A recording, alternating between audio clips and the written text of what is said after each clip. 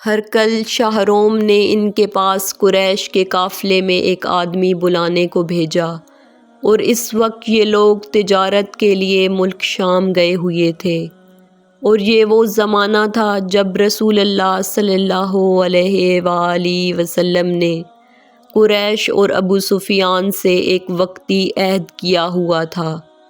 جب ابو سفیان اور دوسرے لوگ ہرقل کے پاس ایلیا پہنچے، جہاں ہرقل نے دربار طلب کیا تھا، اس کے گرد روم کے بڑے بڑے لوگ، علماء، وزراء، امراء بیٹھے ہوئے تھے۔ ہرقل نے ان کو اور اپنے ترجمان کو بلوایا، پھر ان سے پوچھا کہ تم میں سے کون شخص مدعی رسالت کا زیادہ قریبی عزیز ہے؟ ابو سفیان کہتے ہیں کہ میں بول اٹھا کہ میں اس کا سب سے زیادہ قریبی رشتہ دار ہوں۔ یہ سن کر ہرقل نے حکم دیا کہ اس کو، یعنی کہ ابو سفیان کو، میرے قریب لا کر بٹھاؤ، اور اس کے ساتھیوں کو اس کی پیٹھ کے پیچھے بٹھا دو۔ پھر اپنے ترجمان سے کہا کہ ان لوگوں سے کہہ دو کہ میں ابو سفیان سے اس شخص کے، یعنی محمد صلی اللہ علیہ وآلہ وسلم کے حالات پوچھتا ہوں۔ اگر یہ مجھ سے کسی بات میں جھوٹ بول دے تو تم اس کا جھوٹ ظاہر کر دینا۔ ابو سفیان کا قول ہے کہ خدا کی قسم، اگر مجھے یہ غیرت نہ آتی کہ یہ لوگ مجھ کو جھٹلائیں گے تو میں آپ صلی اللہ علیہ وآلہ وسلم کی نسبت ضرور غلط گوئی سے کام لیتا۔ خیر، پہلی بات جو ہرقل نے مجھ سے پوچھی وہ یہ کہ اس شخص کا خاندان تم لوگوں میں کیسا ہے؟ میں نے کہا وہ تو بڑے اونچے اعلیٰ نسب والے ہیں۔ کہنے لگا اس سے پہلے بھی کسی نے تم لوگوں میں ایسی بات کہی تھی؟ میں نے کہا نہیں۔ کہنے لگا اچھا، اس کے بڑوں میں کوئی بادشاہ ہوا ہے؟ میں نے کہا نہیں۔ پھر اس نے کہا بڑے لوگوں نے اس کی پیروی اختیار کی ہے یا کمزوروں نے؟ میں نے کہا نہیں، کمزوروں نے۔ پھر کہنے لگا اس کی تابعدار روز بڑھتے جاتے ہیں یا کوئی ساتھی پھر بھی جاتا ہے؟ میں نے کہا نہیں۔ کہنے لگا کیا اپنے اس دعوے نبوت سے پہلے کبھی کسی بھی موقع پر اس نے جھوٹ بولا ہے؟ میں نے کہا نہیں۔ اور اب ہماری اس سے صلح کی ایک مقررہ مدت ٹھہری ہوئی ہے، معلوم نہیں وہ اس میں کیا کرنے والا ہے۔ ابو سفیان کہتے ہیں میں اس بات کے سوا اور کوئی جھوٹ اس گفتگو میں شامل نہ کر سکا۔ ہرقل نے کہا کیا تمہاری اس سے کبھی لڑائی بھی ہوتی ہے؟ ہم نے کہا ہاں۔ بولا پھر تمہاری اور اس کی جنگ کا کیا حال ہوتا ہے؟ میں نے کہا لڑائی ڈول کی طرح ہے، کبھی وہ ہم سے میدان جنگ جیت لیتے ہیں اور کبھی ہم ان سے جیت لیتے ہیں۔ ہرقل نے پوچھا وہ تمہیں کس بات کا حکم دیتا ہے؟ میں نے کہا وہ کہتا ہے کہ صرف ایک اللہ ہی کی عبادت کرو، اس کا کسی کو شریک نہ بناؤ، اور اپنے باپ دادا کی شرک کی باتیں چھوڑ دو، اور ہمیں نماز پڑھنے، سچ بولنے، پرہیزگاری اور صلہ رحمی کا حکم دیتا ہے۔ یہ سب سن کر پھر ہرقل نے اپنے ترجمان سے کہا کہ ابو سفیان سے کہہ دے کہ میں نے تم سے اس کا نسب پوچھا تو تم نے کہا کہ وہ ہم میں سے اعلیٰ نسب ہے، اور پیغمبر اپنی قوم میں اعلیٰ نسب ہی بھیجے جایا کرتے ہیں۔ میں نے تم سے پوچھا کہ دعویٰ نبوت کی یہ بات تمہارے اندر اس سے پہلے کسی اور نے بھی کہی تھی؟ تو تم نے جواب دیا کہ نہیں۔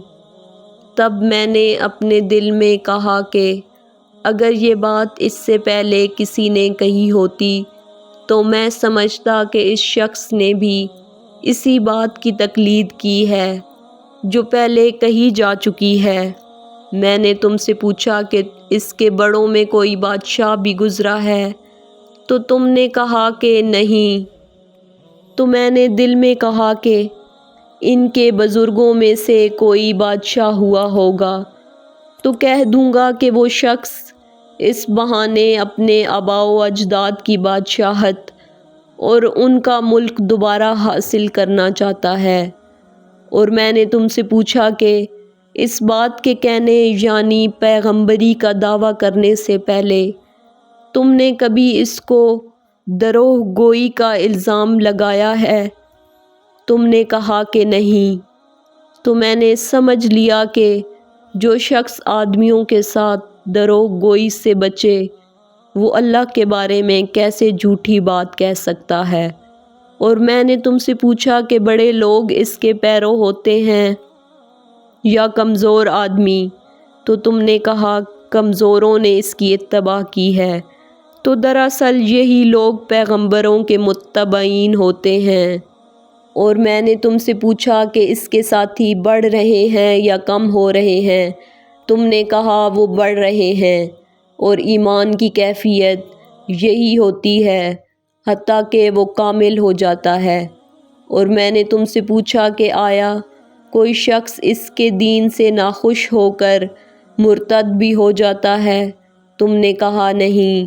تو ایمان کی خاصیت بھی یہی ہے، جن کے دلوں میں اس کی مسرت رچ بس جائے وہ اس سے لوٹا نہیں کرتے۔ اور میں نے تم سے پوچھا کہ آیا وہ کبھی عہد شکنی کرتے ہیں؟ تم نے کہا نہیں۔ پیغمبروں کا یہی حال ہوتا ہے، وہ عہد کی خلاف ورزی نہیں کرتے۔ اور میں نے تم سے کہا کہ وہ تم سے کسی چیز کے لیے کہتے ہیں، تم نے کہا کہ وہ ہمیں حکم دیتے ہیں کہ اللہ کی عبادت کرو، اس کے ساتھ کسی کو شریک نہ ٹھہراؤ، اور تمہیں بتوں کی پرستش سے روکتے ہیں، سچ بولنے اور پرہیزگاری کا حکم دیتے ہیں۔ لہٰذا اگر یہ باتیں جو تم کہہ رہے ہو سچ ہیں تو عنقریب وہ اس جگہ کا مالک ہو جائے گا کہ جہاں میرے یہ دونوں پاؤں ہیں۔ مجھے معلوم تھا کہ وہ پیغمبر آنے والا ہے، مگر مجھے یہ معلوم نہیں تھا کہ وہ تمہارے اندر ہوگا۔ اگر میں جانتا کہ اس تک پہنچ سکوں گا تو اس سے ملنے کے لیے ہر تکلیف گوارا کرتا۔ اگر میں اس کے پاس ہوتا تو اس کے پاؤں دھوتا۔ ہرقل نے رسول اللہ صلی اللہ علیہ وآلہ وسلم کا وہ خط منگایا جو آپ نے دحیہ کلبی رضی اللہ تعالیٰ عنہ کے ذریعے حاکم بصرہ کے پاس بھیجا تھا، اور اس نے وہ ہرقل کے پاس بھیج دیا تھا۔ پھر اس کو پڑھا تو اس میں لکھا تھا، اللہ کے نام کے ساتھ جو نہایت مہربان اور رحم والا ہے۔ اللہ کے بندے اور اس کے پیغمبر محمد صلی اللہ علیہ وآلہ وسلم کی طرف سے یہ خط ہے شاہ روم کے لیے۔ اس شخص پر سلام ہو جو ہدایت کی پیروی کرے۔ اس کے بعد میں آپ کے سامنے دعوت اسلام پیش کرتا ہوں۔ اگر آپ اسلام لے آئیں گے تو دین و دنیا میں سلامتی نصیب ہوگی، اللہ آپ کو دوہرا ثواب دے گا، اور اگر آپ میری دعوت سے روگردانی کریں گے تو آپ کی رعایا کا گناہ بھی آپ ہی پر ہوگا۔ اور اے اہل کتاب، ایک ایسی بات پر آ جاؤ جو ہمارے اور تمہارے درمیان یکساں ہے، وہ یہ کہ ہم اللہ کے سوا کسی کی عبادت نہ کریں اور کسی کو اس کا شریک نہ ٹھہرائیں، اور نہ ہم میں سے کوئی کسی کو خدا کے سوا اپنا رب بنائے۔ پھر اگر وہ اہل کتاب اس بات سے منہ پھیر لیں تو مسلمانوں، تم ان سے کہہ دو کہ تم مانو یا نہ مانو، ہم تو ایک خدا کے اطاعت گزار ہیں۔ ابو سفیان کہتے ہیں، جب ہرقل نے جو کچھ کہنا تھا کہہ دیا اور خط پڑھ کر فارغ ہوا تو اس کے ارد گرد بہت شور و غوغا ہوا، بہت سی آوازیں اٹھیں اور ہمیں باہر نکال دیا گیا۔ تب میں نے اپنے ساتھیوں سے کہا کہ ابو کبشہ کے بیٹے آن حضرت صلی اللہ علیہ وآلہ وسلم کا معاملہ تو بہت بڑھ گیا۔ دیکھو تو اس سے بنی اصفر روم کا بادشاہ بھی ڈرتا ہے۔ مجھے اس وقت سے اس بات کا یقین ہو گیا کہ حضور صلی اللہ علیہ وآلہ وسلم عنقریب غالب ہو کر رہیں گے، حتیٰ کہ اللہ نے مجھے مسلمان کر دیا۔ راوی کا بیان ہے کہ ابن ناطور ایلیہ کا حاکم، ہرقل کا مصاحب اور شام کے نصارہ کا لاٹ پادری بیان کرتا تھا کہ ہرقل جب ایلیہ آیا ایک دن صبح کو پریشان اٹھا تو اس کے درباریوں نے دریافت کیا کہ آج ہم آپ کی حالت بدلی ہوئی پاتے ہیں، کیا وجہ ہے؟ ابن ناطور کا بیان ہے کہ ہرقل نجومی تھا، علم نجوم میں وہ پوری مہارت رکھتا تھا۔ اس نے اپنے ہم نشینوں کو بتایا کہ ہم نے آج رات ستاروں پر نظر ڈالی تو دیکھا کہ ختنہ کرنے والوں کا بادشاہ ہمارے ملک پر غالب آ گیا ہے۔ بھلا اس زمانے میں کون ختنہ کرتے ہیں؟ انہوں نے کہا کہ یہود کے سوا کوئی ختنہ نہیں کرتا، سو ان کی وجہ سے پریشان نہ ہوں۔ سلطنت کے تمام شہروں میں یہ حکم لکھ بھیجیے کہ وہاں جتنے یہودی ہوں سب قتل کر دیے جائیں۔ وہ لوگ انہی باتوں میں مشغول تھے کہ ہرقل کے پاس ایک آدمی لایا گیا جسے شاہ غسان نے بھیجا تھا۔ اس نے رسول اللہ صلی اللہ علیہ وآلہ وسلم کے حالات بیان کیے۔ جب ہرقل نے سارے حالات سن لیے تو کہا کہ جا کر دیکھو وہ ختنہ کیے ہوئے ہے یا نہیں۔ انہوں نے اسے دیکھا تو بتلایا کہ وہ ختنہ کیا ہوا ہے۔ ہرقل نے جب اس شخص سے عرب کے بارے میں پوچھا تو اس نے بتلایا کہ وہ ختنہ کرتے ہیں۔ تب ہرقل نے کہا کہ یہی محمد صلی اللہ علیہ وآلہ وسلم اس امت کے بادشاہ ہیں جو پیدا ہو چکے ہیں۔ پھر اس نے اپنے ایک دوست کو رومیہ خط لکھا اور وہ بھی علم نجوم میں ہرقل کی طرح ماہر تھا۔ پھر وہاں سے ہرقل حمص چلا گیا۔ ابھی حمص سے نکلا نہیں تھا کہ اس کے دوست کا خط اس کے جواب میں آ گیا۔